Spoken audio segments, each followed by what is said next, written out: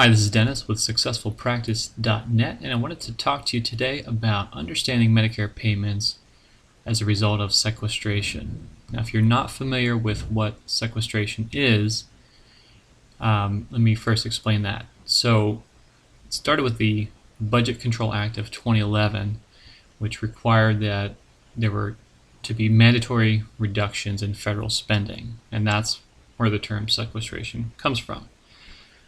So in 2012, the American Taxpayer Relief Act postponed this sequestration for another 2 months. And then in March in 2013, President Obama issued the sequestration order to be into effect as of April 1st, 2013. So essentially what this means is that all your Medicare payments will be subject to a 2% reduction. Now that sounds pretty straightforward, but it can be a little tricky to calculate. The other question you may be wondering is, well, how long is this going to last for? Well, the intention of sequestration is to reduce federal spending by $1.2 trillion. So unless there are other actions to change the law and reduce federal spending in other ways, this could last until the year 2022. So hopefully there will be some other changes in the budget that may adjust this sequestration so that we can see it taken away from our Medicare payments. So that being said, that's what sequestration is. Now, Medicare EOBs are kind of confusing when it comes to this, and I wanted to give you a walkthrough on how to make sense of them. This took me a little while to figure out how all these numbers work together, and so I wanted to help you do the same. So first thing I'm going to do is I'm going to go through some common mistakes in calculating these numbers, because when you're trying to post your EOB into your accounting software or your practice management software, you want to make sure that you're doing it properly. So the first mistake, well, let me back up a minute. So when you look at an EOB from Medicare, you're going to notice that this CO-253 adjustment code. Now this is the indication that the service is subject to sequestration. And specifically on this claim, $2.14 was adjusted off. So let's talk about ways of calculating this. And again, I'm going to start with the 3 common errors, or at least 3 errors that I was doing until I finally figured it out. So the first one is subtracting the adjustment first. So let me show you what I mean. So if we look here, the billed amount is $165. The allowable amount, Medicare allowable amount for this service is $133.54. So if I take that number, $133.54, 133.54, and I subtract the adjustment of 214, I'm going to get a number of 131.40. So I know that Medicare payments are split 80-20, so if I take 80% of that, so times 0.8, I'm going to get 105.12.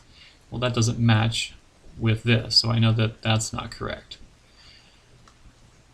So let's try that again. 130.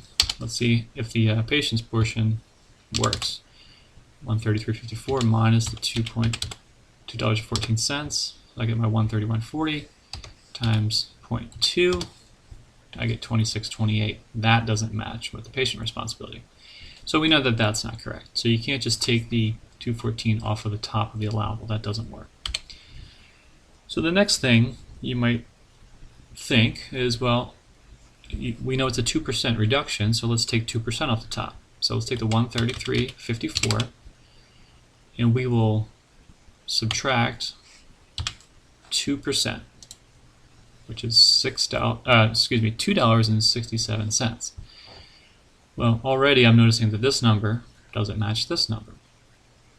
But let's just go with that for a minute. So we get 130.87 if we're rounding up here. So 20% of 130.87. For the client portion is 26.17. Well, close. These numbers are reversed. But that doesn't work. So we can't just take 2% off the top. And the reason for that is well, I'll get to the reason after the next mistake. And the last thing that you may try to do, and one of the things I try to do to figure this out, was let me look at the actual amount I got paid, the 104.69, and divide that by the allowable to determine what percentage I got paid. So it was 78.4%. So I know there's a 2% reduction, so 78% to me makes sense. So if I'm using these numbers, 78.4%, let me just save that into memory. And I'm going to do 1 minus that number to give me what should be the client portion. So that should be 100%, right? 78.4% plus 21.6%. So we already know that 133.54 times 78.6% equals what we got paid. So far we're on the right track. But if we take the same approach, 133.54 times the 21.6%, I get 28.84. So that doesn't match. So you can see this is enough to drive you a little bit mad.